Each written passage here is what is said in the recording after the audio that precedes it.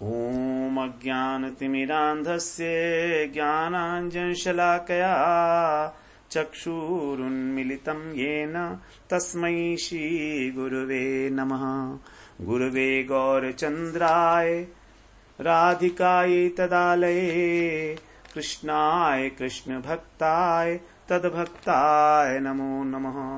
नमो विष्णुपादाय गुरुप्रेष्ठाय भूतले श्रीमद्भक्तिवेदान्त माधव इति नामिने।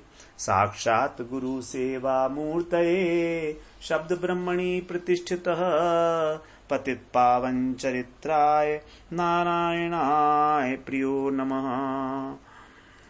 श्री कृष्ण रूपाय सुमंगलाय श्री गुरु कृपा विभूषिताय भावोल्लास भाव प्रदानाय नमामि तस्मै गुरुमाधवाय।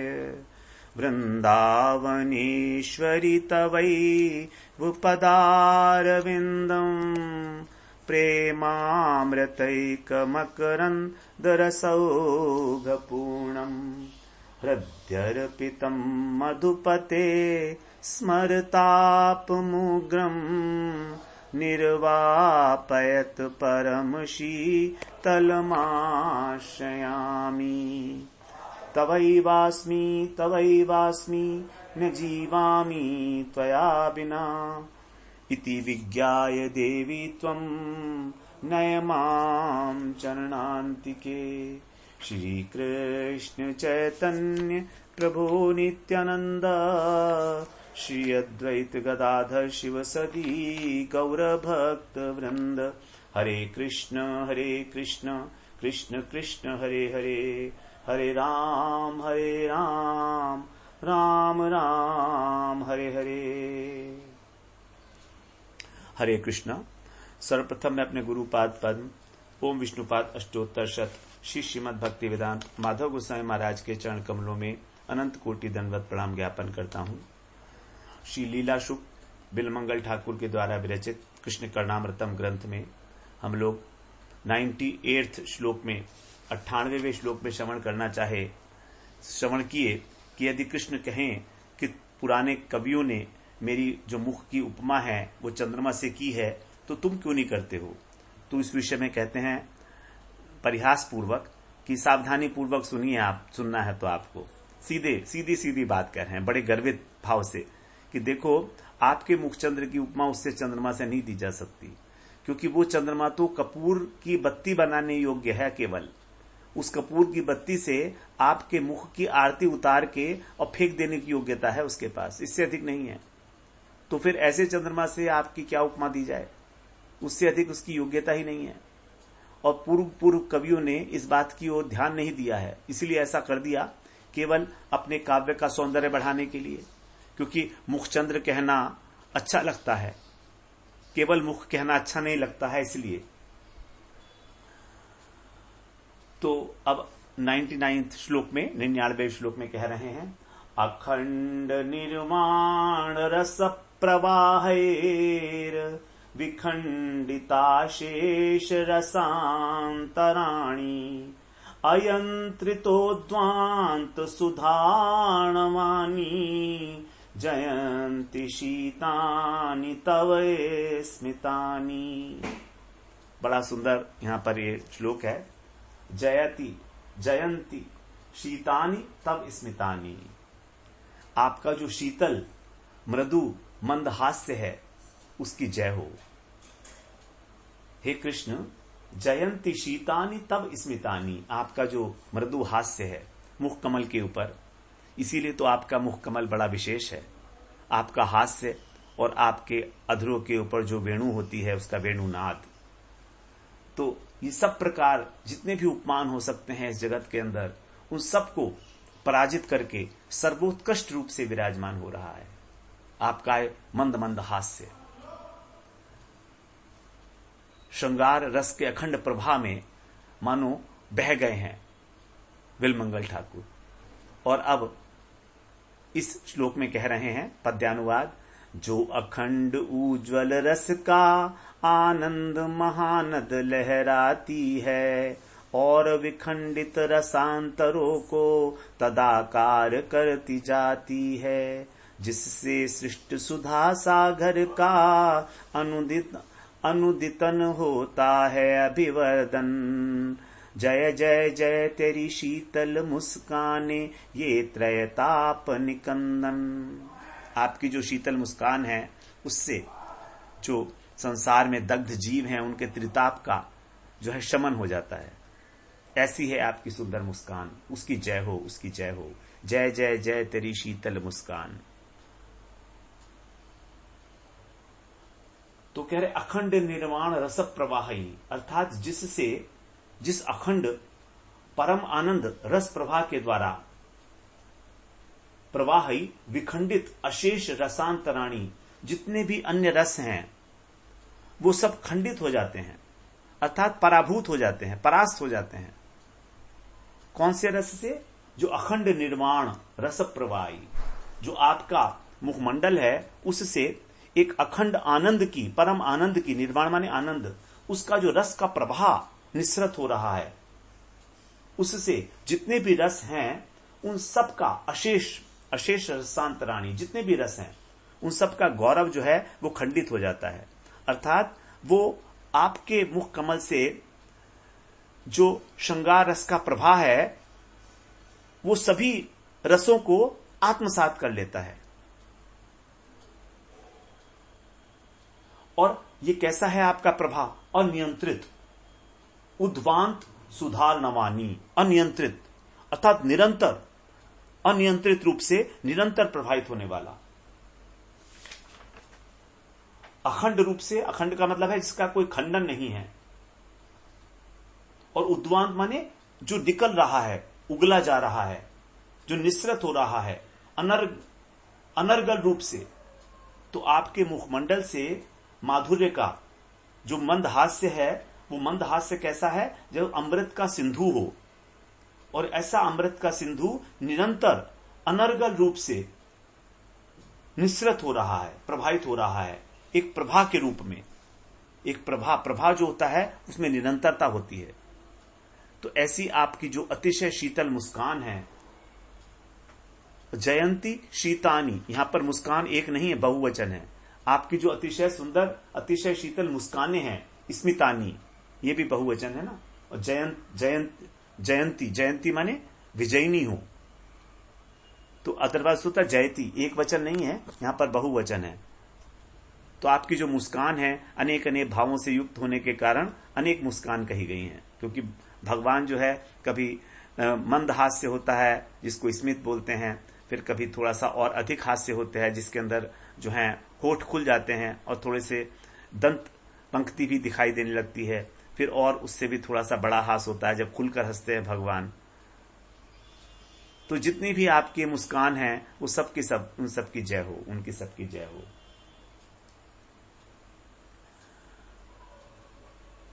तो इस प्रकार से आपका जो मंद हास्य है ये, वो सभी उपमानों को और पराभूत करके विराजमान हो रहा है।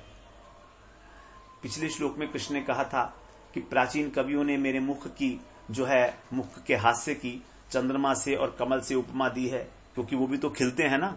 कमल खिलता है जैसे चंद्रमा खिलता है, उसी प्रकार से मेरा मुख भी जो है खिलता है। तो आप ऐसा करो। तो उसी को यहां पर कह रहे हैं कि आपका हास्य कैसा है आप जानते हो? आपको शायद पता ही नहीं है कि आप कितना सुंदर मुस्कुराते हो। कृष्ण को बता रहे हैं कि कृष्ण की मुस्कान कैसी है। आपकी जो मुस्कान है, एक तो नंबर 1 अखंड है, जो कभी खंडित नहीं होती। भगवान का कभी भी मुख जो है वो म्लान नहीं होता, कभी भगवान को क्रोध नहीं आता। क्रोध भी आएगा भगवान को तो मुस्कान करते हुए आएगा। भगवान हमेशा मुस्कान से युक्त है, अखंड है, अखंडित। दूसरी बात, परम आनंद का रस प्रवाह है, अर्थात आनंद की धारा उनके हास्य से निकलती है, साधारण हास्य नहीं है वो। और सब जगह प्रसरणशील है, सब जगह विस्तारित होता है। प्रवाह कैसे होता है? प्रवाह का मतलब यही है कि जो दूर दूर तक जाए। इस प्रकार से इसने जितने भी और अन्य रस हो सकते हैं, क्योंकि भगवान का जो हास्य है वो श्रृंगार रस उसका जो प्रेरक है वो श्रृंगार रस है। भगवान साक्षात श्रृंगार रस सर्वस्वम, पहले हम श्रवण कराए हैं, श्रृंगार के ही मूर्तिमान रूप हैं, अथवा श्रृंगार जो है रस कृष्ण को अंगीकार करके सफलता को प्राप्त किए हैं। तो इस श्रृंगार रस ने ही सभी रस को विखंडित कर दिया, अपने में आत्मसात कर दिया, तिरस्कृत कर दिया। इस प्रकार जो आपका हास्य है वो अनियंत्रित है।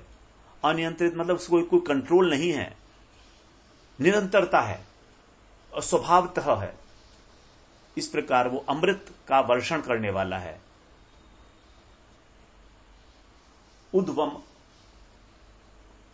उद्वांत का मतलब होता है उगलना, वमन करना, और परम शीतल है, शीतानी। तो ऐसा जो आपका हास्य है उसमें 3 चीजें बताई। एक तो शीतलता है, एक माधुर्य है, एक और आनंद रस है, अमृत स्वरूप है। ऐसा अखंड प्रभा निर्वाण रस का, निर्वाण का अर्थ होता है आनंद, परम आनंद। तो इस माधुर्य की सुधा सरिता से आप अपने भक्तों को आनंद करने के लिए अबाध गति से आपके जो है अधरों से वो प्रभावित होता रहता है। अब कहां पर और किसकी उपमा दें आपके इस हास्य से? रूप गोस्वामी पाद ने कहा है, प्रपन्न जनता तम है क्षपण शारदेन्दु प्रभा, ब्रजाम्बुज विलोचना स्मर समृद्धि सिद्धौषधि, विडंबित सुधाम्बुधि प्रबल माधुरी डंबरा, विभरतु तव माधव स्मित डंब कांतिर्मुदम। आपकी जो मुस्कान है वो कैसी है हे माधव? प्रपन्न जनता तम क्षपण, अर्थात जो प्रपन्न है, शरणागत भक्त हैं, उनके हृदय का जो तम है अर्थात अंधकार है उसका क्षमन करने वाली है। भक्त के हृदय में अज्ञान रूपी अंधकार को नष्ट करने वाली है आपकी मुस्कान। शारदेन्दु प्रभा, शारदेन्दु शरद ऋतु का जो चंद्रमा है उसकी भांति, और ब्रजाम्बुज विलोचना, जो ब्रजांगनाएं हैं, ब्रज की कमल नयना है, उनके अनंग रस को बढ़ाने वाली हैं, उनके अंदर स्मर समृद्धि अर्थात काम का उद्दीपन करने वाली हैं, और सिद्ध औषधि की भांति हैं। विडंबित सुधाम्बुधि, और जो सुधा है अंबुधि अर्थात सुधा का जो सागर है, अमृत का जो सागर है, उसके माधुर्य को भी विडंबित करने वाली, तिरस्कार करने वाली, ऐसी आपकी जो प्रबल माधुरी है वो मुझको असीम आनंद प्रदान करे। विभरतु तव माधव स्मित डंब कांतिर्मुदम, आपकी इस प्रकार की जो कांति है, हास्य है की कांति है, वो मेरे को सबको हमें आनंद प्रदान करे। तो भगवान का केवल हास्य ही नहीं है, अपितु भगवान के सारे अंग ही अत्यंत अत्यंत मधुर हैं। हम लोग उसे श्रवण कराए हैं पहले, मधुरम मधुरम मधुरातिपते मधुरम मधुरम। भगवान का श्री वपु बताया था, मधुर मधुर। उसके बाद भगवान का मुखमंडल बताया, मधुर मधुर मधुर। उसके बाद भगवान के मुखमंडल पर जो हास्य है वो बताया, मधुर मधुर मधुर मधुर, 4 बार। तो आपका जो मंद हास्य है ये अत्यंत अखंड है, परमानंद के प्रभा से जो है अशेष रूप से सभी रसों को अपने अंतर में लेने वाला, पराभूत करने वाला, तिरस्कृत करने वाला है, और अनर्गल रूप से प्रभावित हो रहा है। तो कमल हो चाहे चंद्रमा हो,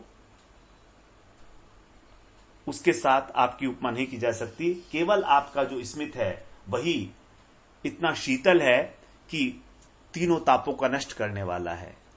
त्रयताप निकंदनम।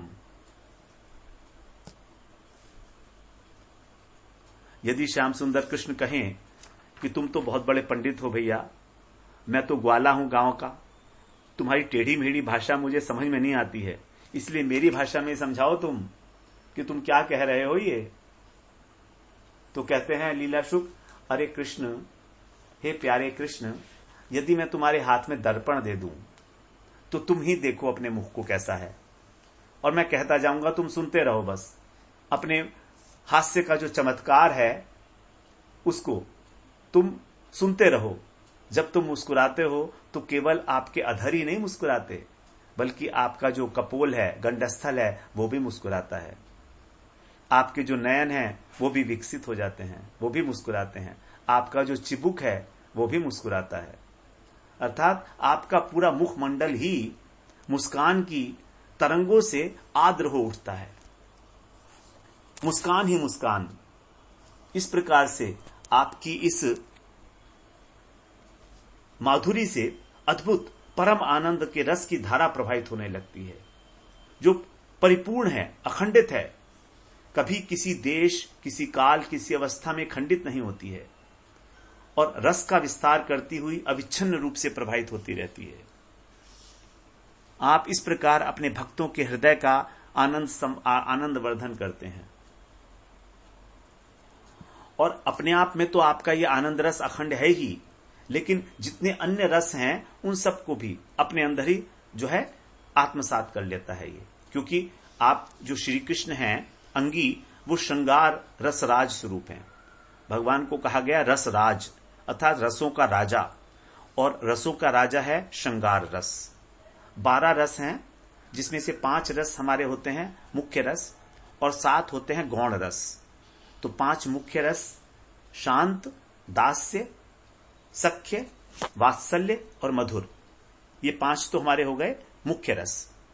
तो ब्रज के अंदर जो है इनमें से भी 5 में से केवल 4 ही हैं, दास्य, सख्य, वात्सल्य और मधुर। और 7 गौण रस हैं, करुण, अद्भुत, हास्य, वीर, विभत्स, भयानक और रौद्र। तो जब कृष्ण कंस की रंगशाला में प्रवेश किए थे तो सभी ने अपने अपने भाव के अनुसार इन सभी 12 रसों का आस्वादन किया, अलग अलग। क्योंकि जो वहां की रमणियां थी उन्होंने श्रृंगार रस का आस्वादन किया, मधुर रस का। वहां पर जो माता पिता थे उन्होंने वात्सल्य रस, मतलब कृष्ण को एक शिशु के रूप में देखा। जो वहां पर सखा थे उन्होंने सखा के रूप में देखा। जो वृष्णि थे वहां पर वो उन्होंने अपने इष्ट देवता के रूप में देखा, दास्य रस। और जो मुनि लोग थे उन्होंने जो है शांत रूप में देखा भगवान को। उसी प्रकार वहां पर जो कंस था उसने तो साक्षात भयानक रूप से भय देखा, साक्षात भय। और चाणूर मुष्टिक जो थे उन्होंने उनका वीर रूप देखा, जो उनसे लड़ना चाहते थे। इस प्रकार से सभी को, तो आपका जो अंग एक होता है अंग होता है, एक होता है अंगी। तो अंगी जैसे हमारा शरीर है, इस शरीर के अंदर हमारे हाथ, पैर इत्यादि जो है अंग हैं। उसी प्रकार से जो अंग है, अंगी हैं, वो तो श्री कृष्ण है, अर्थात श्रृंगार। और अंग है ये सारे रस। जैसे आकाश में, पंच महाभूत में आकाश जो होता है वो मूल है। उस आकाश से ही पहले वायु उत्पन्न होती है, फिर वायु से अग्नि, अग्नि से जल, जल से पृथ्वी। तो आकाश तो हो गया अंगी, और वायु, अग्नि, जल और पृथ्वी ये सब उसके अंग हो गए, क्योंकि उससे उत्पन्न होते हैं। इसीलिए क्रमशः ये उसी के अंदर लीन होते चले जाते हैं। इसी प्रकार से श्री कृष्ण जो है अंगी हैं, मूल रसराज हैं, श्रृंगार के मूर्तिमान स्वरूप हैं, और उनसे ही सभी अन्य रसों की उत्पत्ति होती है।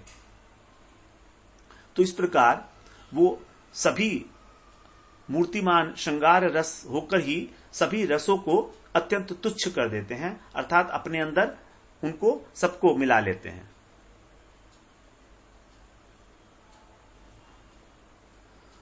तो यद्यपि श्री कृष्ण के अंग प्रत्यंग से ही आनंद रस सिंधु की धारा नहीं बल्कि सिंधु ही प्रवाहित होता है, समुद्र ही प्रवाहित होता है, लेकिन फिर भी जो कृष्ण के अनुरागी भक्त हैं उनको भगवान के चरणारविंद और भगवान के जो अधर कमल हैं वो उनके आनंद का विशेष रूप से आस्वादन होता है, मुख कमल का।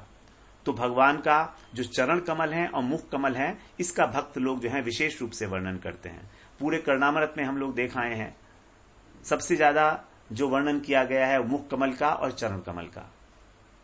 चरणों की क्या शोभा है। चरण जो है माधुर्य के, ऐश्वर्य के, औदार्य के निधान हैं। वहीं से करुणा का प्रकाश होता है। उसी प्रकार भगवान के जो मुख कमल में मुस्कान है, वहां से करुणा का प्रकाश होता है। तो बिल्वमंगल का यही भाव है कि आपका जो मुख कमल है उसमें जो अधर है, वहां से जो हास्य की धारा प्रवाहित हो रही है वो अखंड धारा है, आनंद की धारा है, निर्झरित हो रही है। तो ऐसी भला कौन सी वस्तु है जिससे उसकी उपमा दी जाए। इस प्रकार ये आपका मुख कमल सर्व प्रकार से अनुपम है।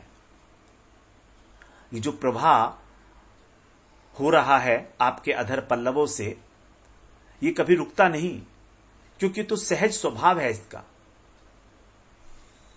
सहज स्वभाव है। अमृत जो सिंधु है उसका उद्गम स्थान ही यही है,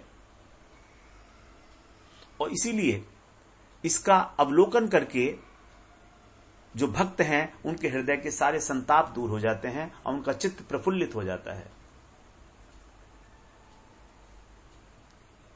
तो इस प्रकार से तीन चीजें यहां पर मुख कमल में विशेष रूप से बताई गई। नंबर 1, आनंद की धारा, आनंद रस की धारा। आनंद रस की धारा होने के कारण आपका जो ये मंद स्मित है ये परम आह्लाद देने वाला है, परम आनंद देने वाला है, क्योंकि आनंद की धारा है। तो आनंद की धारा है तो आनंद ही देगी, नंबर 1। नंबर 2 है ये अमृत सिंधु जो है उसका उद्गम स्थान है, इसीलिए अमृत क्योंकि बड़ा मधुर होता है ये मधुरता प्रोवाइड करता है। अमृत वास्तव में वही है, जब कृष्ण का जो अमृत वही अमृत है। जो स्वर्ग लोक का अमृत है वो तो अत्यंत तुच्छ है, क्योंकि देवताओं को उस अमृत का पान करके भी फिर इस धराधाम पर आना पड़ता है वापस लौटकर। क्षीणे पुण्य मर्त्य लोकम विशंति। तो वो अमृत अमृत कहने के लिए है, कह दिया गया है, क्योंकि मनुष्य लोक से जो है वो विशेष है। वहां पर जरा व्याधि ये सब नहीं है, बुढ़ापा नहीं है। तेतम भुक्त्वा सर्गलोकम विशालम, अमृत कह दिया गया है, लेकिन वहां वो अमृत नहीं है। अमृत का मतलब है जो मरण धर्मा नहीं है, जो निरंतर है, जो नित्य है। और मृत ऐसा सिंधु, तो उसका सिंधु जो है वही है आपका मंदहास्य। दूसरी बात। और तीसरी बात, शीतल। शीतलता होने के कारण ये सभी दुखों को नष्ट करने वाला है, संतापहारी है। इस जगत में 3 प्रकार के ही ताप हैं, आध्यात्मिक, आधिभौतिक और आधिदैविक। आधिदैविक ताप वो हैं जो देवताओं के कारण होते हैं, उपदेवताओं के कारण। जैसे भूत प्रेत होता है, ये उपदेवता होते हैं। अथवा जो भूकंप वगैरह आता है, अनावृष्टि हो जाती है, सूखा पड़ जाता है, या बाढ़ आ जाती है, ये सब चीजें आधिदैविक ताप हैं। इसके ऊपर हमारा कोई वो नहीं है, जोर नहीं। दूसरा है आधिभौतिक ताप, जो हमारे को अन्य प्राणियों के द्वारा दिए जाते हैं, आधिभौतिक ताप। और आध्यात्मिक ताप, आध्यात्मिक जो हमारे मन के ताप हैं। तो अधिकतर हम लोग मन की बीमारियों से ही परेशान हैं। मन ही वास्तव में मोक्ष का और बंधन का हेतु है। मन एव मनुष्याणाम कारणम बंधन मोक्ष एव च। तो हमारा मन ही जो है विक्षिप्त अवस्था में है आजकल, इसीलिए मन के रोग ही बढ़ते हैं। तो ये आध्यात्मिक ताप ही हमारे लिए जो है सबसे बड़ा वो है, हमका विक्षेपकारी है। तो इस प्रकार आपके जो मंद हास्य के 3 गुण हैं, आनंद, माधुर्य और शीतलता, उसकी पराकाष्ठा। इसीलिए कह रहे हैं कि यदि आप कहें मैं इसको चंद्रमा कहूं या कमल कहूं तो कैसे कहूं, उनमें तो ये किसी प्रकार का कोई गुण है ही नहीं। मुख लाल बिहारी तेरे को कोई समचंद बतावेगा, यह जान परी दिल बीच मेरे वह कभी न उपमा पावेगा। यह तीखे तरल कुटिल अनियारे कहाँ कटाक्ष लगावेगा। यह हसन दशन अरु चंचलता की कहाँ कला निधि पावेगा। ये कहाँ मिलेगा? आपके मुख के अतिरिक्त ये कहाँ मिलेगा सब कुछ? आपके जो तरल चंचल और अनियारे नयन हैं, कटाक्ष हैं, आपकी जो मंद हास्य है, आपकी जो चंचलता है, आपकी जो दंतावली है, ऐसी शोभा कला निधि कहां मिलेगा? किसकी उपमा देगा कोई कवि? कैसे कोई कौन सा चंद्रमा ऐसा होगा, कौन सा कमल ऐसा होगा जिसमें ये गुण हो? इतना ही नहीं है, आपके इस मंद हास्य के ऊपर मोती और हीरे भी न्यौछावर हो जाते हैं। कहते हैं ना कि जब कोई हंसता है तो कहते हैं जैसे मोती झर रहे हों। तो भगवान की मुस्कान जो है उन मोती के झरने को भी तिरस्कृत करने वाली है।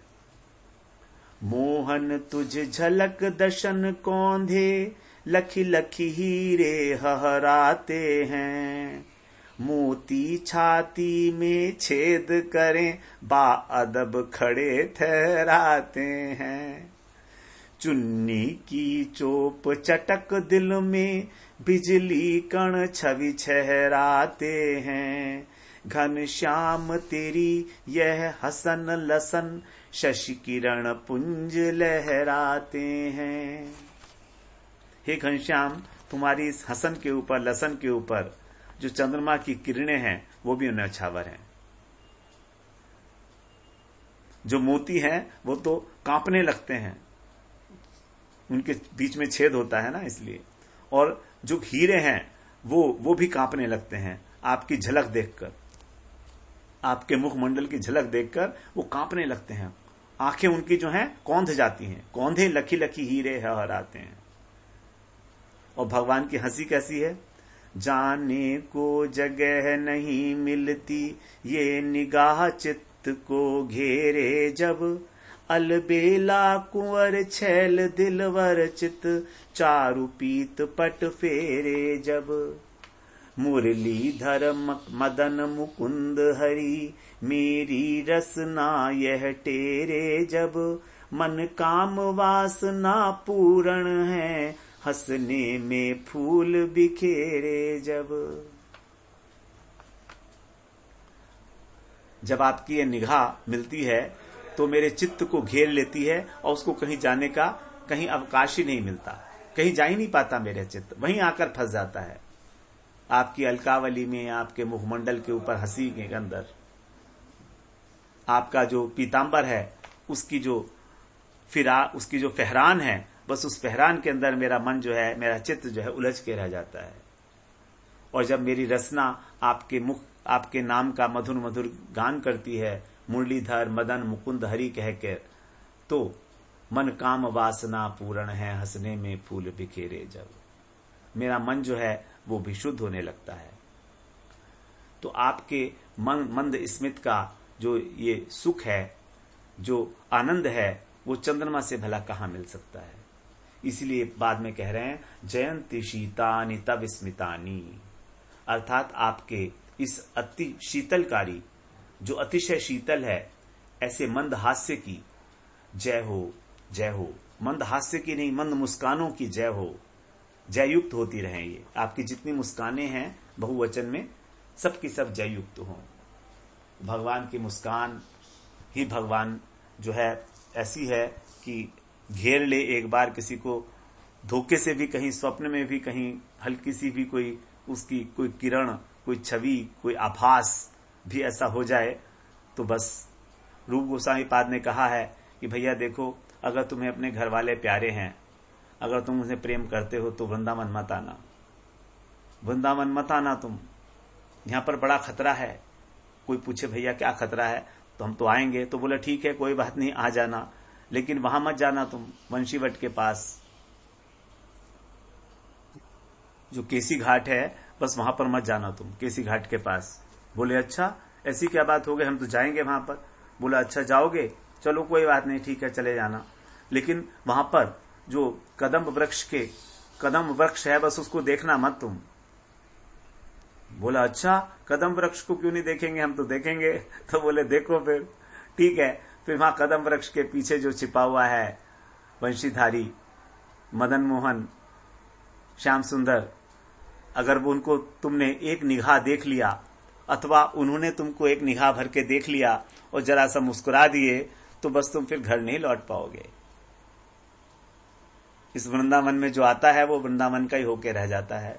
इसलिए भैया, जिसको बहुत अधिक अपने घर से प्रेम है, बहुत अधिक संसार से प्रेम है, तो उसको कभी वृंदावन नहीं आना चाहिए।